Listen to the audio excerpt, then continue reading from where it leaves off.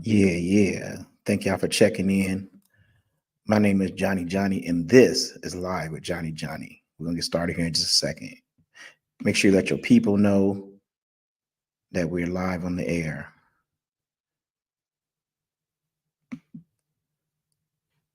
Tap in and share this. We're gonna get started.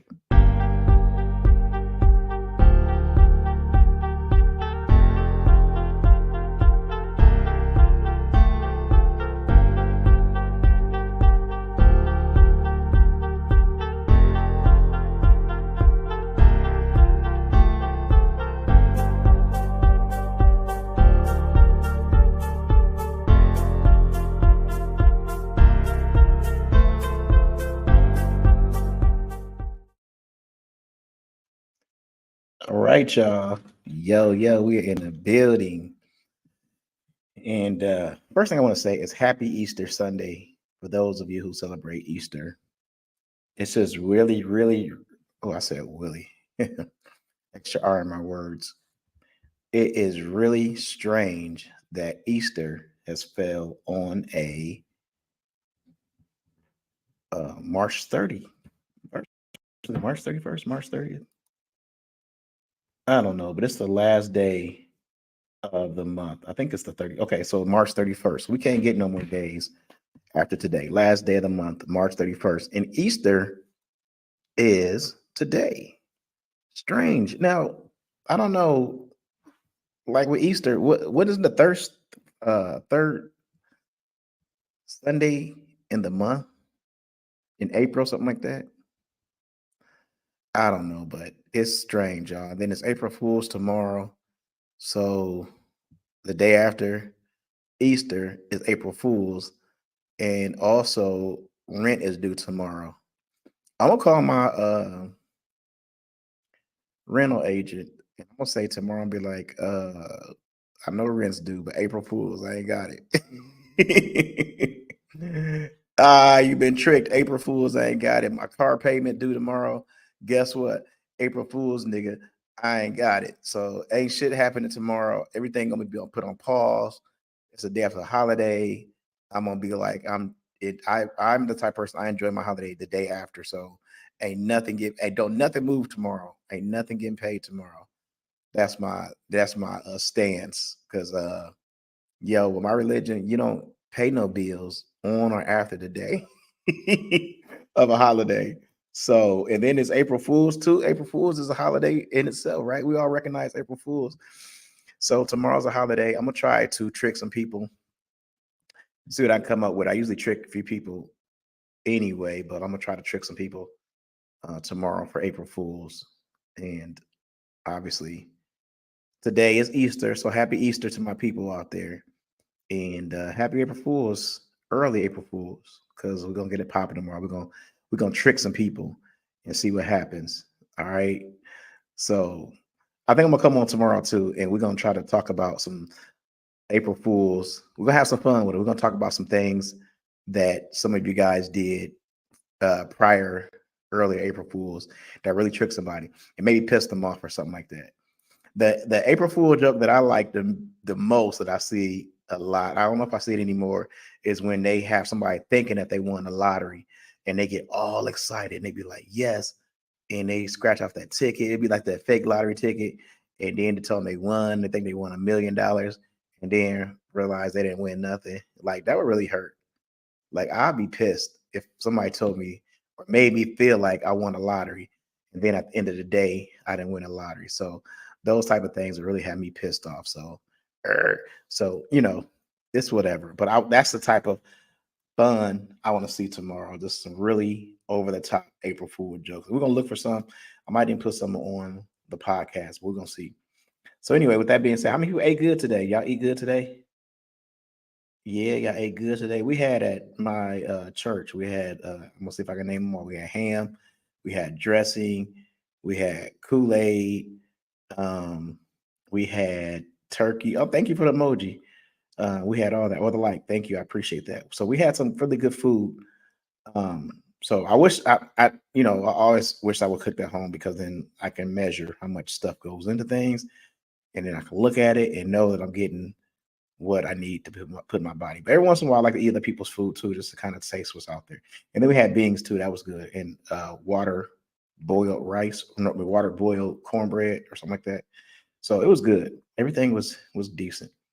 So anyway, I just wanted to take a little bit of time every podcast before I get on to kind of wait till people get in here, and then we'll get started. Oh yeah, we're also on Facebook. We are on Facebook. We're on.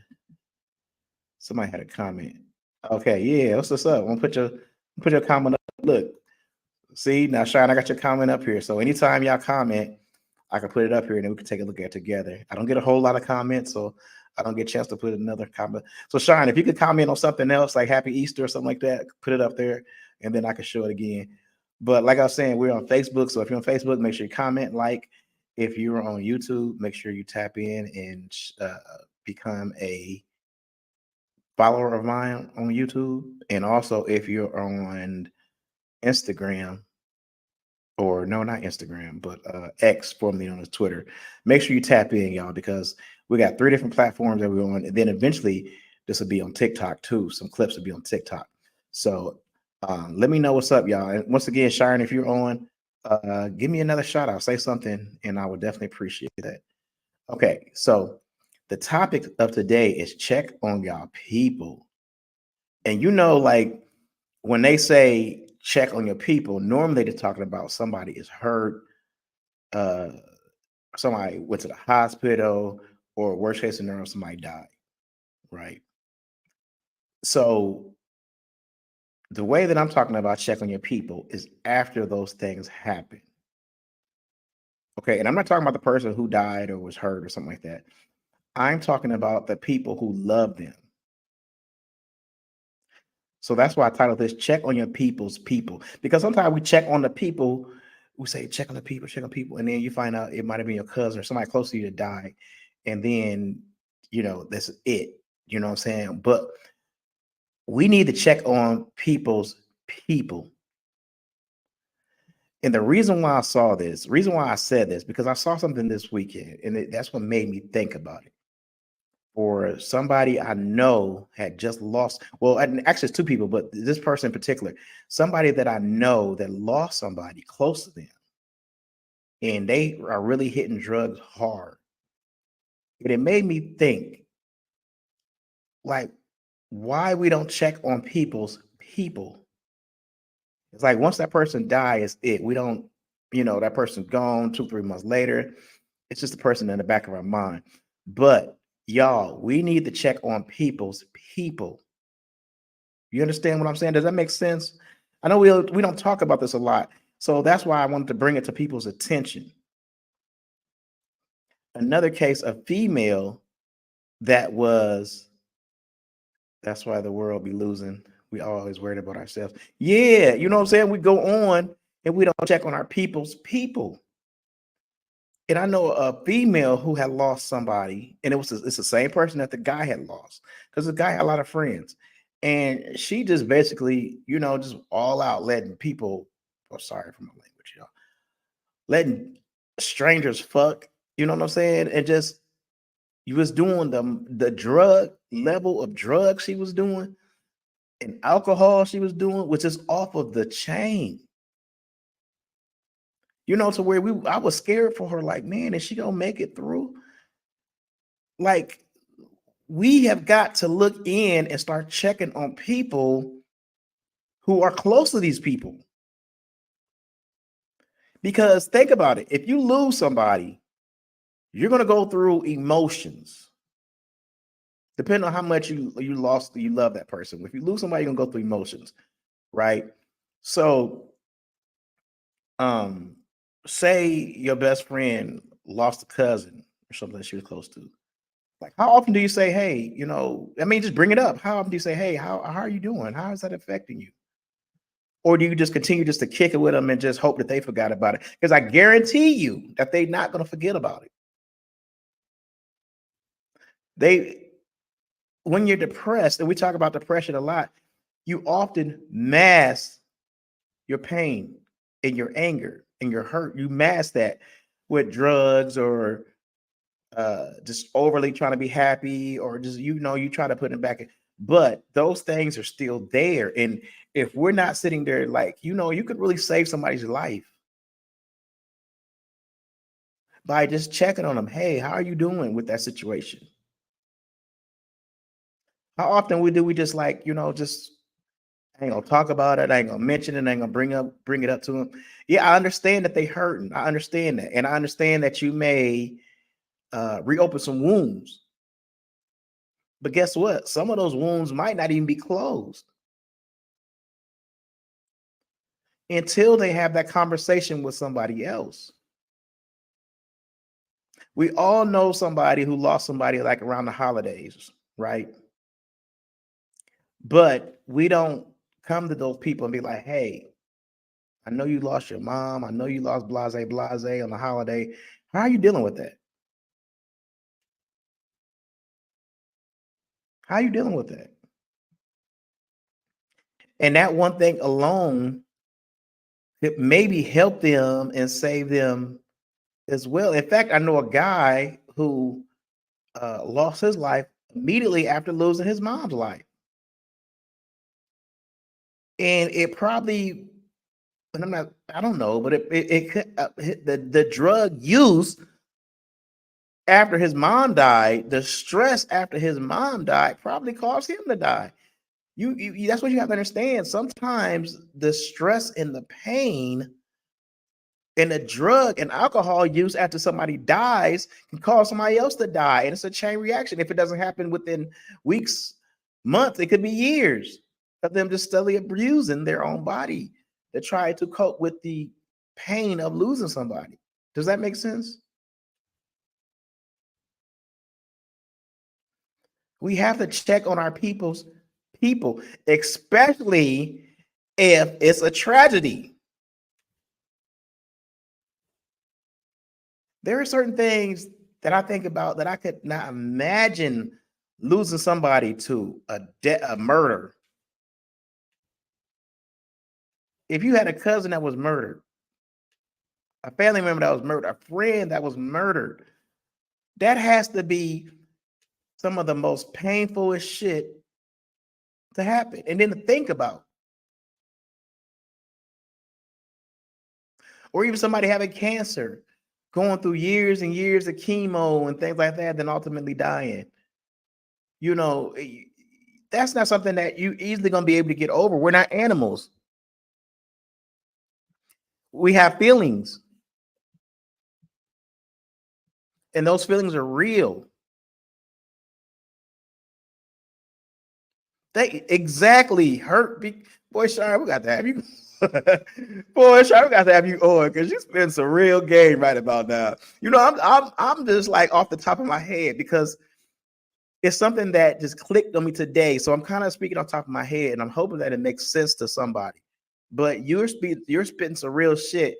Hurt becomes hurt to somebody else. Exactly. Think if somebody committed suicide. And we just had an incident where somebody's kid committed suicide. Think about the uncles of that kid. Think about the aunties of that kid. Think about the cousins of that kid, the friends of that kid. That's a whole chain reaction to all of those people. Because some people have resentment. What if I said this?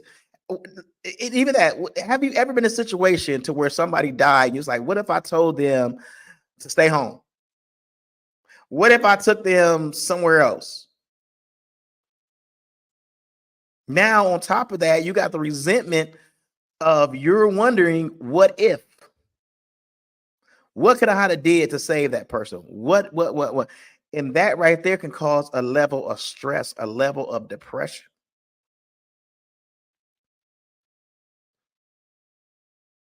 We got to look for the signs. If we know somebody who probably wasn't doing a whole lot of drugs, and then they lose somebody and then they doing a whole bunch of drugs, we need to check on those people. We need to see, are they doing okay? Because a lot of times they're not doing okay. And nobody is checking on them. Nobody. We just feel like, oh, they'll be okay. They'll get through it. They're tough. No, this isn't a tough situation where you can just, snap your fingers and be tough. We can't all do that. We're not built like that. Humans are not built like that to just have something happen and it doesn't bother them. It does bother, and I'll guarantee you, it is bothering them. So we need to check on our people. And I'm not saying that you can prevent things from happening. I'm just saying if a hug and it's going to be okay, or it wasn't your fault. There's nothing you can do. Just things like that to reassure them that they are not wrong. They are not to be blamed. Can go a long way. But if we don't even just take the time to do that, then I think we're losing people. We're losing people. And Sharon said, toxicity thinking can become a generation of curses. Yes, absolutely. It's going to be a chain reaction because we're not checking on people. We'll check on somebody when we heard something's happening. Somebody got shot. Okay, we're gonna go check. We're gonna go check on our people. We're gonna check on our people. Boom! It is our people. It is. It's our family members. If somebody in my family got shot, now I'm gonna mourn with my family for this week, 7 days until they bury that person. I'm gonna mourn my family. I'm gonna call people up. I'm gonna see what the fuck is going on. I'm gonna see how people doing for 7 days. And then that's it. We're gonna try to forget. I'm gonna forget it. I'm gonna try to forget about them. You try to forget about them. It doesn't work that way. 2 weeks later, we need to follow up. A month later, we need to follow up. Especially after it happens, the immediate after fact, after the funeral, we another week, we need to be following up with these people. Hey, are you okay? How are you feeling? Are you getting through this? I'm hurt, so I know you hurt. We don't do that. That's 7 days. That's the cutoff period. That person is put in the ground, ashes to ashes, dust to dust. We eat. That's it. I'm gonna holler at you later, dog. That's why they say that's why they say some people, the only time we see family is what? During a funeral. That's when we get together, we grieve, we eat, and we go home.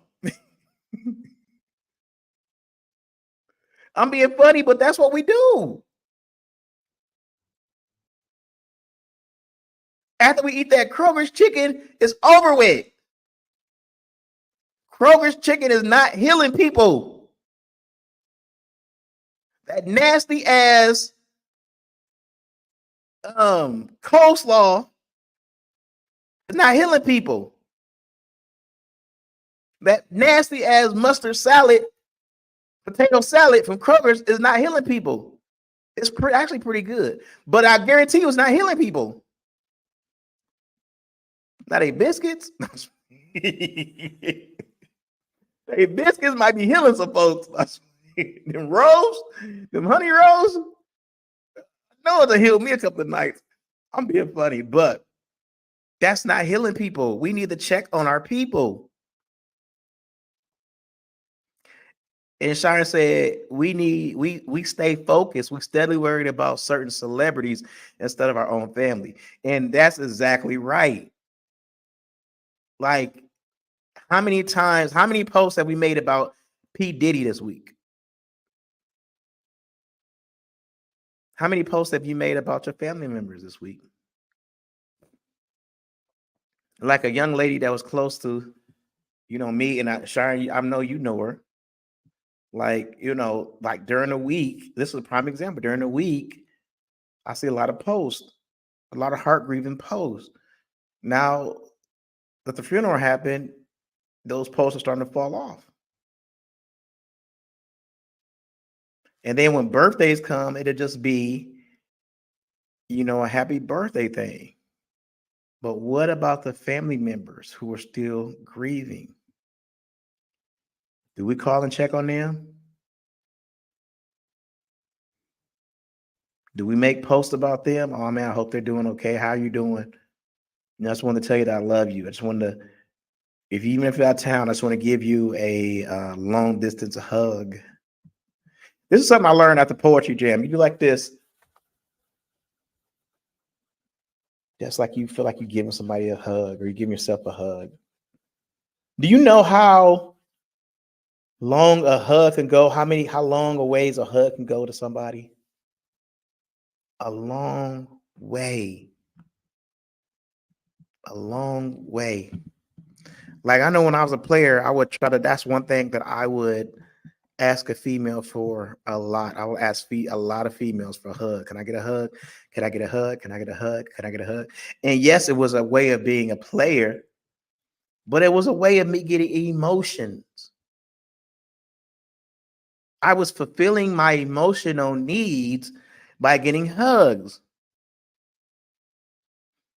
Now females don't give out a whole lot of hugs. Uh-oh, we in trouble. Hug. Hug. So where are you gonna get that emotion from? Think about that. We become a society to where hugs are rare. They too in your feeling type things. Nowadays these females do not want a nigga that's in his feelings. It wasn't looked at for years before. It wasn't looked at like that. It was more of a, an emotional thing. But now it's you're in your feelings. We in this you're in your feelings era, to where it's a problem to be in your feelings. So females are not giving out hugs. So those things that I look for to fulfill my emotional gap are gone. They're gone. I'm talking about getting 4 or 5 hugs a day to getting a hug maybe every other week. I had a lot of females who gave me a hug yesterday in the club, and that felt good because it's like I'm getting some emotional back. They all taught the people to keep 6 feet distance. Right. Like, don't come around me. Like, don't touch me. It's too much. It's too much to ask. I put it to you like this, and I don't want to get off the subject. I don't want to get off the subject, but even during sex, we don't kiss no more. Do you know how intimate kissing is? Kissing shows affection. And a French kiss? A French kiss, my nigga? I don't know how many people have over. I don't know how many people have ever French kissed, but a French kiss is very, very personal. It's very emotional, one-on-one. You putting your tongue in her mouth, she putting her tongue in your mouth, and I don't. I'm telling you, those things are deeper than a hug. But nowadays, we'll have sex and won't even kiss. Sex is emotional. Sex, in a sense, but it's not even. Sex is not even on the same level as a hug, a long hug, or French kissing. You know what I'm saying? Because sex, like after sex is over, as soon as y'all bust, it's like, I holler at you. I gotta go. I'm out. But if you hugging somebody, even when you leave that person, you're gonna think about that warm hug. If you're kissing somebody, say you kiss somebody before you go to work. That's why they used to kiss people before they went to work, because you would be thinking about that kiss all day long at work. Right? So it's emotional. But we're taking those things out of the element. So now we're no longer having that emotional connection with somebody else. And like I said, I don't want to get into all of that. We'll do another topic about that. How um, sex has been changed into something that's no longer emotional. We'll get into that. But like Shar said, we're all taught to keep 6 feet distance. That's crazy. And when you die, you be buried 6 feet deep. 6 feet. Everything is 6 feet. We killing off our emotional connection to each other. And to some people, that is harder to do than other people. Unless you're a robot, you're going to feel that. So all I'm saying is, if you know somebody who lose somebody, check on those people. Because I've seen it this weekend. Nobody's checking on him. Everybody deal with death in a different meaning. Everybody deals with death differently. Everybody. And I don't know nobody that deals with death in a good way. Now, white people, shoot, they getting that tax money. Yo, we can't wait for them to die. Is grandma sick yet? How long grandma got left? I'm just joking.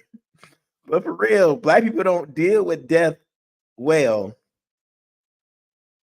I mean, we as people don't deal with death well. I don't know how white people deal with death. The only thing I can speak of, but yeah, I'm serious. The only thing I can speak on is how black people deal with death. But white people, it's like, Land talked to one of my bosses. Yeah, just had to put mom in a hospice. I would have been crying, man. And it's like for him, it's like a matter of fact. Well, I had to put my mom in the hospice. Yeah, it's only gonna be a couple of days now. Like, what the fuck? Like, we deal with it differently. Black people, because we need each other. I'm not saying that they don't, but we need each other. When I was young, it took me a long time to realize that white people had cousins.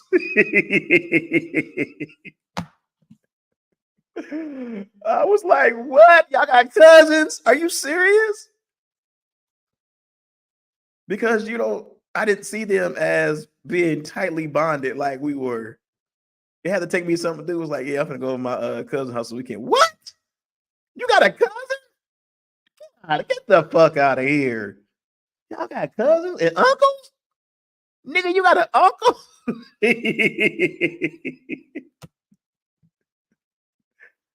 Oh my God. I just didn't believe it. I couldn't believe it. But I'm just saying, that's just how closely bonded we are. We got family, and family is all that we have. So if somebody is taken away, a family member is taken away, a friend is taken away from us, we have to check on those people because we don't know how they are dealing with it. We don't know. We haven't the slightest clue how they're dealing with it. And I could tell you from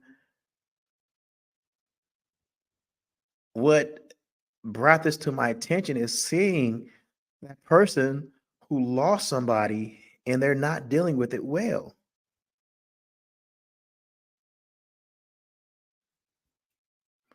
Or even the girl that was associated with that person who did not deal with it well. And nobody's checking on those people until something happens to them, and then it's check on your people. All right, y'all, we're going to end with that. My name is Johnny, and this is the Johnny Show. We're going to get out of here. Make sure y'all tap in. We're going to do another one. We just don't want to keep y'all long and keep blabbing on about it. We might do a part 2, but we're going to end it here, and just make sure that you check on your people. All right? Thank y'all for watching.